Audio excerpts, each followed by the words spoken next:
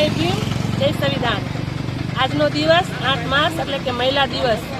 આજે અમારા ભીમરાવ સાહેબ જો મુંબઈથી યશવંતરાય હોલે પધારેલા હતા અને આજે અમે ગૌરવ મહેસૂસ કરીએ છીએ મહિલા દિવસ નિમિત્તે એમને મુમિત દઈ અને સ્વાગત પણ કર્યું।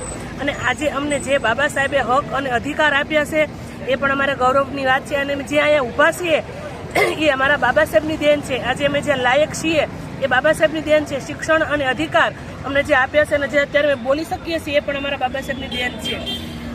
આજે મહિલા દિવસ નિમિત્તે અમે આ સૌ બહેનો ડૉક્ટર બાબા સાહેબને ફુલાર કરી અને પુષ્પાંજલિ અંજલ કરી એના શરણોમાં વંદન કોટી કોટી વંદન કરીએ છીએ। આજના દિવસે મહિલા દિવસ છે કે કહેવામાં આવે છે કે જે બાબા સાહેબે મહિલાઓ માટે કર્યું છે એવું કોઈ ન કરી શકે। આજે આઈએએસ કે ઓફિસર કે કોઈ પણ નાની પોસ્ટ કે મોટી પોસ્ટ ઉપર હોય તો બાબા સાહેબની દેન છે।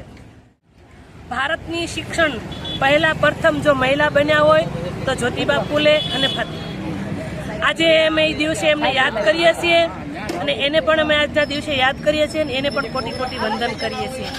આજે જો એ શિક્ષણ અધિકાર બન્યા એને ઘણા બધા અછૂત કહેવામાં આવતા હતા પણ છતાં એને લોકોને સાઈડમાં રાખી અને આગળ વધ્યા અને આજે અમને એની પ્રેરણા આપી છે અને આજે અમે એની પ્રેરણાની પાછળ અમે ચાલી રહ્યા છીએ। એટલે ખૂબ ખૂબ આજના દિવસે પણ જ્યોતિબા અને ફાતિમા ફૂલેને ખૂબ ખૂબ આજે અમે પણ વંદન મહેસૂસ કરીએ છીએ। આજના દિવસે મહિલા દિવસ નિમિત્તે જ્યોતિબા ફૂલે અમર રહો, જ્યોતિબા ફૂલે અમર રહો। જય ભીમ જય ભીમ જય સંવિધાન।